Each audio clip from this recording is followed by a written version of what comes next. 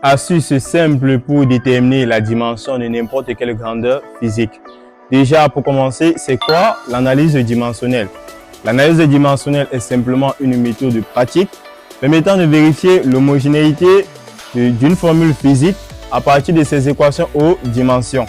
Avant de se lancer dans la détermination de la dimension d'une grandeur physique, j'aimerais tout d'abord que nous commencions par déterminer, n'est-ce pas, ensemble les dimensions des différentes grandeurs de base.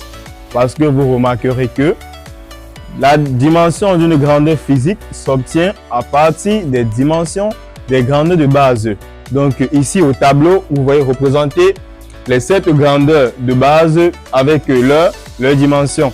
Donc premièrement, nous avons la dimension de la longueur qui est grand L, la dimension de la masse qui est grand M, la dimension du temps qui est grand T, la dimension de I, l'intensité du courant électrique qui est grand I également, la dimension de l'intensité lumineuse qui est grand J, et la dimension de la température thermodynamique qui est θ, et la dimension de la quantité de matière qui est grand N. Une remarque importante, à ne pas confondre le symbole de l'unité joule de l'énergie avec la dimension J de l'intensité lumineuse. Donc, dès lors que vous maîtrisez les dimensions de cette grandeur de base, il vous sera aisé et facile de déterminer la dimension de n'importe quelle grandeur physique. La méthode est la suivante. Si vous voulez déterminer la dimension d'une grandeur physique, il faudra simplement déterminer une formule donnant l'expression de cette grandeur physique en fonction des grandeurs dont on maîtrise déjà les dimensions. Je m'explique. Si par exemple vous voulez déterminer la dimension de la vitesse, vous voyez au tableau déjà j'ai représenté V égale à D sur T. Pourquoi? Parce que nous savons que la vitesse est le rapport de la distance par le temps. Dès lors que vous avez repéré une formule donnant l'expression de la vitesse V en fonction de la distance et du temps, qui sont des grandeurs dont on maîtrise déjà les dimensions, la détermination de la dimension de la vitesse V sera évidente. Regardons ensemble. Je vais déterminer la dimension de la vitesse V. Alors, j'aurai simplement dimension de V égale à la dimension de la distance D divisé par la dimension du temps T. Connaissant déjà les différentes valeurs de la dimension de la distance et de la dimension du temps, je n'aurai qu'à remplacer et je vais trouver finalement L divisé par T. Compte tenu du fait qu'on n'écrit jamais la dimension d'une grandeur physique sous la forme d'une fraction, je vais simplement simplifier cette fraction et ramener le dénominateur au numérateur.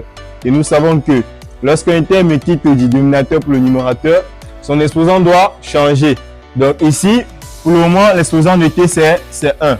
Donc en le ramenant au numérateur, j'aurai simplement LT moins 1. Le moins 1 spécifie simplement que le signe de l'exposant de la dimension grand T du temps a changé. Donc vous voyez que nous avons trouvé de manière simple et basique la dimension de la vitesse. Donc nous pouvons écrire simplement que la dimension de la vitesse V est égale à LT moins 1. Et c'est terminé. Nous allons procéder avec un autre exemple qui est celui de déterminer la dimension d'une force. Notez F ainsi en intensité. D'après la deuxième loi de Newton, encore appelée théorème du centre d'inertie, nous savons que l'intensité de la force résultante appliquée à un système est égale au produit de la masse par l'accélération du système.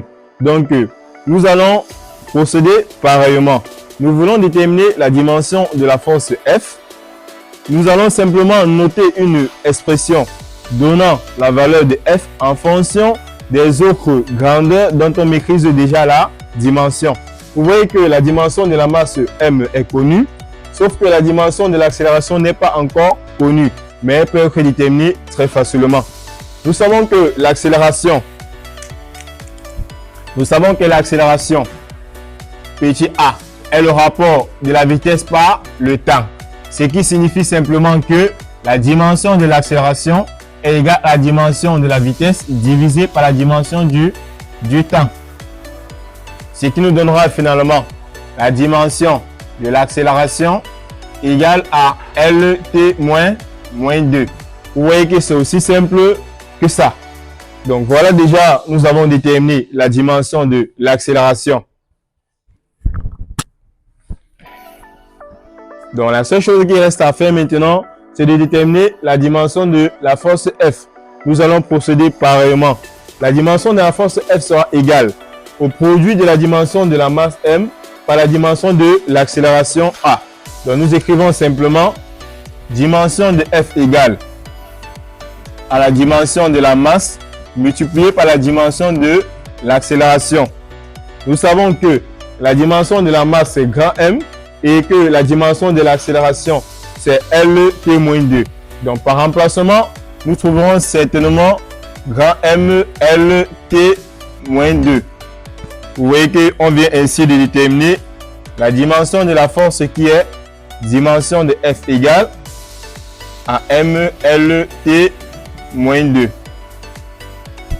Nous avons ainsi terminé avec la dimension de la force. Utilisez cette petite méthode pour la détermination de la dimension de n'importe quelle grandeur physique et vous verrez que toujours vous allez trouver un résultat de manière très simple. À chaque fois que vous voulez déterminer la dimension d'une grandeur physique, exprimez-la d'abord en fonction des grandeurs dont vous maîtrisez déjà la dimension et ensuite déduisez simplement la dimension de la grandeur en question par calcul, que ce soit par multiplication ou alors par division ou simplement par simplification. Je précise bien des remarques très importantes. Le terme ci, dimension de A plus dimension de B, n'est pas calculable. C'est une opération qui ne s'effectue pas en physique. Donc, on ne peut pas faire l'addition de deux dimensions de deux grandeurs. Non. On ne peut effectuer que la division et la multiplication des dimensions des grandeurs physiques. Donc, ne commettez pas cette erreur. Cette opération ne s'effectue pas en physique et en aucune autre science possible. Donc, la seule chose à faire concernant les dimensions des grandeurs physiques, c'est la multiplication, autant pour moi, et la division. Il n'est pas nécessaire et il n'est pas possible de faire une addition ou alors de faire la soustraction de deux dimensions. Non. Donc, je précise bien, pareillement pour la soustraction, c'est une opération interdite.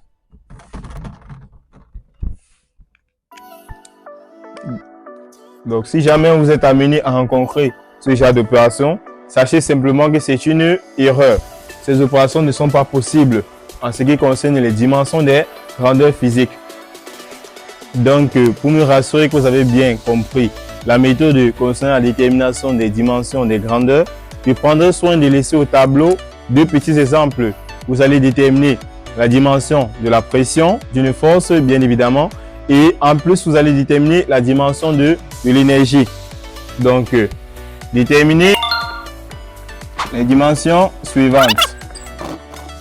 Le premier cas concerne la pression. Je vous ai déjà avec la formule, car la pression, c'est l'intensité de la force divisée par la surface.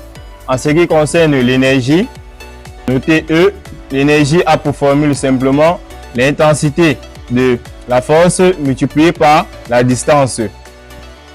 Donc, déterminez les dimensions de ces deux grandeurs au tableau et laissez le résultat en commentaire. Pour ceux qui ne me connaissent pas, je suis Auguste Tinda, promoteur de Aussi Academy, une académie conçue pour aider les jeunes apprenants, particulièrement les élèves de terminale, dans la maîtrise des mathématiques, de la chimie et de la physique.